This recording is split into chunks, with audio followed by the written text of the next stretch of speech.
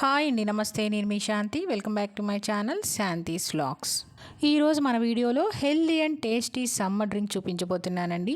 Oats ragi పిండితో super టేస్టీగా చల్లగా ఇలా మంచి డ్రింక్ని చేసుకొని తాగేయచ్చు. చాలా మంచిది, ఆరోగ్యానికి కూడా ఎంతో మంచిది. పొట్టకి హాయిగా చల్లగా చాలా బాగుంటుందండి. ఎటువంటి అన్హెల్దీవి లేకుండా, అలానే ఎలాంటి కలర్స్ వాడకుండా ఆరోగ్యంగా చేసి చూపిస్తున్నాను. ఓట్స్లో ఫైబర్, అలానే రాగి పిండిలో ఐరన్, కాల్షియం కూడా ఉంటాయి కదా. ఈ రెండు కలిపి ఇలా డ్రింక్ చేసుకొని తాగితే చల్లగా హెల్దీగా టేస్టీగా కూడా ఉంటుంది. మరి ఇంకెందుకన్నా ఆలస్యం, లేట్ చేయకుండా వీడియోలోకి వెళ్ళిపోదామా? వీడియోలోకి వెళ్లే ముందుగా నా ఛానల్ని లైక్ చేయండి, షేర్ చేయండి, సబ్స్క్రైబ్ చేయడం మాత్రం మర్చిపోకండి. ఈ టేస్టీ హెల్దీ డ్రింక్ చేయడానికి ముందుగా ఒక గిన్నెని తీసుకొని అందులోకి 1 కప్పు రాగి పిండిని తీసుకుంటున్నాను. ఇలా 1 కప్పు రాగి పిండిని గిన్నెలోకి వేసేసుకోవాలి. అలానే ఇందులోనే 1/2 కప్పు ఓట్స్ని తీసుకొని వేసుకుంటున్నానండి. ఈ ఓట్స్ అనేవి మనం డైలీ వాడుకునే ఓట్సే. ఇలా ఓట్స్ కూడా వేసేసుకున్నాక ఇప్పుడు ఇందులో కొద్దిగా నీళ్లు పోసేసుకొని ఉండలు లేకుండా కలుపుకుంటూ ఉండాలి. ఒక్కసారి నీళ్ళు అనేవి ఎక్కువగా పోసుకోకుండా ముందు ఇలా కొద్దిగా పోసేసుకొని అంతా ఒకసారి కలిపేసేసుకుని ఈ విధంగా కొద్దిగా నీళ్ళని పోసుకుంటూ దీన్ని కొంచెం పలచగా కలుపుకోవాలి. ఎక్కడా ఉండలు లేకుండా కొద్దిగా ఈ విధంగా నీళ్లు పోసుకుంటూ బాగా కలుపుకోవాలి. ఇలా కొంచెం నీళ్లు పోసేసుకొని ఈ విధంగా పలచగా కలుపుకోవాలి. నేను ఇక్కడ ఈ చెంబుతో నీళ్ళని తీసుకున్నానండి. ఇవి మొత్తం పోసేసుకున్నాను. ఇలా మొత్తం పోసేసుకొని ఈ విధంగా నీళ్ళగా కలుపుకోవాలి. ఇది మనకి ఉడికేసరికి కొంచెం దగ్గరగా అవుతుంది కదండి, అందుకని పలచగానే కలుపుకోవాలి. ఇలా బాగా కలిపేసేసుకున్నాక ఇప్పుడు దీన్ని స్టవ్ ఆన్ చేసి స్టవ్ మీద పెట్టేసేసుకొని ఉడికించుకోవాలి. ఇలా స్టవ్ మీద పెట్టేశాక మనం గరిటతో ఇలా కలుపుకుంటూనే ఉండాలండి. ఎక్కడ అనేది ఆపకూడదు. మనం కలపటం ఆపేస్తే మనకి ఉండలు అనేది కట్టేసేస్తుంది, పిండి అనేది కూడా సరిగ్గా ఉడకదు. ఇలా మనం ముందే నీళ్ళలో కలుపుకొని ఉడికించుకోవటం వల్ల ఎక్కడ అనేది పిండి ముద్దలు లేకుండా సాఫ్ట్గా బాగా ఉడుకుతుంది. ఇలా కలుపుకుంటూనే ఉండాలి. ఇలా కలుపుకుంటూ ఉంటే ఇది కొంచెం దగ్గరగా అయ్యి ఉడుకుతూ ఉంటుంది. ఇలా కలుపుకున్నాక నాకు కొంచెం గట్టిగా అనిపిస్తూ ఉంది, అందుకని మరొక 1/2 గ్లాసు నీళ్ళని పోసుకొని ఉడికించుకుంటున్నాను. మీరు కలుపుకునే క్వాంటిటీని బట్టి చూసి నీళ్ళని పోసుకోవచ్చు.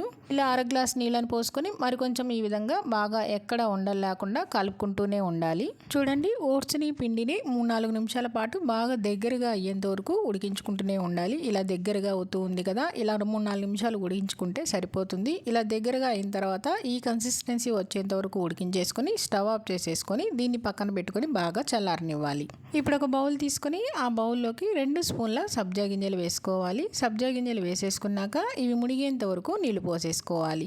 అలానే ఈ డ్రింక్లో మనం సబ్జా గింజలు వేయటం వల్ల ఈ ఎండకి వేడి చేయదు, పొట్టకి చల్లగా హాయిగా ఉంటుంది. నీళ్లు పోసేసుకొని ఒక 10 నిమిషాల పాటు పక్కన పెట్టేసుకొని నానబెట్టుకోవాలి. ఇప్పుడు మరొక బౌల్ తీసుకొని ఆ బౌల్లోకి ఒక 10 నుంచి 15 దాకా బాదం పప్పు తీసుకోవాలి. నేను ఇక్కడ 15 బాదం పప్పులు తీసుకున్నానండి. ఈ బాదం పప్పుల్ని బౌల్లో వేసేసుకొని వేడి నీళ్ళు తీసుకొని ఈ వేడి నీళ్ళని బాదం పప్పులో వేసేసుకొని నానబెట్టుకోవాలి. ఇలా వేడి నీరు పోయటం వల్ల బాదం పప్పులు అనేవి తొందరగా నానిపోతాయి. ఇవి మునిగేంత వరకు నీళ్లు పోసేసుకొని ఈ బాదం పప్పును కూడా నానబెట్టుకోవాలి. ఇప్పుడు వేరొక బౌల్లో నేను ఇక్కడ ఒక 10 జీడిపప్పు పలుకుల దాకా తీసుకున్నాను. ఈ జీడిపప్పులు మునిగేంత వరకు కూడా నీళ్లు పోసేసుకొని, ఇక్కడ వేడి నీరు అనేది పోయిన అవసరం లేదండి, మామూలు నీళ్ళే పోసేసుకుంటే సరిపోతుంది. ఇలా నీళ్లు పోసేసుకొని జీడిపప్పు మునిగేంత వరకు నీళ్లు పోసేసుకొని వీటిని కూడా నానబెట్టుకోవాలి. ఈ డ్రింక్లో మనం బాదం పప్పు, జీడిపప్పు వేయటం వల్ల చాలా హెల్దీగా కూడా ఉంటుంది. ఈ మూడింటిని ఈ విధంగా ఒక 10 నిమిషాల పాటు నానబెట్టుకుంటే సరిపోతుంది. 10 నిమిషాల తర్వాత ఈ బాదం పప్పుని ఒక్కొక్కటి తీసుకొని పైనున్న పొట్టును ఇలా తీసుకొని ఈజీగా అన్నామంటే తొందరగా తొక్క అనేది వచ్చేసేస్తుంది.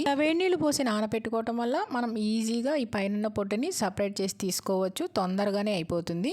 అదే మనం మామూలు నీళ్లు పోసేసుకొని నానబెట్టుకుని పైనున్న పొట్టును తీసామంటే కొంచెంగా సరిగ్గా రాదు. ఇలా వేడి నీళ్లు పోసుకొని నానబెట్టుకుని పైనున్న పొట్టును తీస్తే ఈజీగా వచ్చేసేస్తుంది. ఈ విధంగా అన్ని బాదం పప్పుల్ని పైనున్న పొట్టును వచ్చేసేసుకొని ఒక బౌల్లోకి వేసేసుకున్నాక అలాగే మనం నానబెట్టుకున్న జీడిపప్పును కూడా ఈ బాదం పప్పు బౌల్లోకి వేసేసుకోవాలి. నీళ్ళన్నీ వంపేసేసుకొని ఈ జీడిపప్పు పలుకులను కూడా బౌల్లోకి వేసేసుకొని ఈ ప్లేట్ని పక్కన పెట్టేసేసుకోవాలి. అలానే మనకి సబ్జా గింజలు కూడా చక్కగా నానిపోయినాయండి. ఈ రెండింటిని పక్కన పెట్టేసుకొని ఇప్పుడు ఒక మిక్సీ జార్ తీసుకుని అందులోకి మనం ఉడికించి చల్లారి పెట్టుకున్న ఓట్స్ రాగిపిండి మిశ్రమాన్ని మిక్సీ జార్లోకి వేసేసుకోవాలి. ఓట్స్ రాగిపిండి మిశ్రమం అంతా మిక్సీ జార్లో వేసేసుకున్నాక ఇప్పుడు ఇందులోనే మనం పొట్టు వలిచిన బాదం పప్పు, జీడిపప్పును కూడా వేసేసుకోవాలి. అలానే ఇందులోనే ఒక క్యారెట్ని తీసుకొని పైన పైన తొక్కని తీసేసుకొని ఇలా చిన్న చిన్న ముక్కలుగా కట్ చేసేసుకొని వీటిని కూడా మిక్సీ జార్లోకి వేసేసుకోవాలి. అలానే ఇందులోనే నేను ఇక్కడ మంచి కలర్ కోసం నేను ఇక్కడ చిన్న బీట్రూట్ ముక్కను ఇలా కట్ చేసి తీసుకుంటున్నానండి.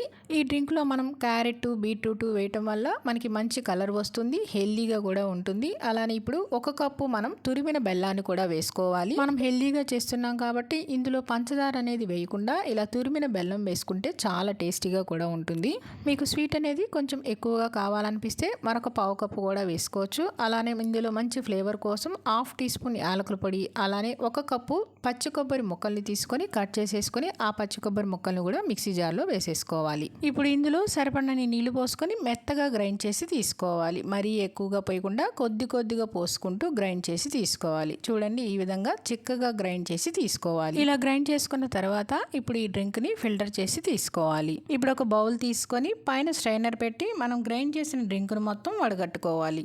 ఇలా వడకట్టుకునేటప్పుడు మనం గ్రైండ్ చేసిన బాదం పప్పులు కానీ, జీడిపప్పు పలుకులు కానీ గ్రైండ్ అవ్వకపోతే మరొకసారి గ్రైండ్ చేసి తీసుకోవాలి. నాకైతే అన్నీ చక్కగా గ్రైండ్ అయిపోయినాయి. ఇలా ఫిల్టర్ చేసేసుకున్నాక ఇప్పుడు ఇందులో మనం నానబెట్టిన సబ్జా గింజల్ని వేసేసుకోవాలి. నానబెట్టిన సబ్జా గింజలు కూడా వేసేసుకున్నాక ఇప్పుడు ఇందులో చల్లదనం కోసం నేను కొన్ని ఐస్ క్యూబ్స్ వేస్తున్నాను. మీకు కావాలంటే డైరెక్ట్గా ఇలానే ఫ్రిడ్జ్లో పెట్టుకొనైనా తీసేసుకోవచ్చు, లేదంటే ఈ విధంగా ఐస్ క్యూబ్స్ వేసైనా తీసేసుకోవచ్చు. ఇలా మొత్తం అంతా కలిపేసేసుకోవాలి. నేను ఇక్కడ 4గురికి సరిపడా డ్రింక్ని చేస్తున్నానండి.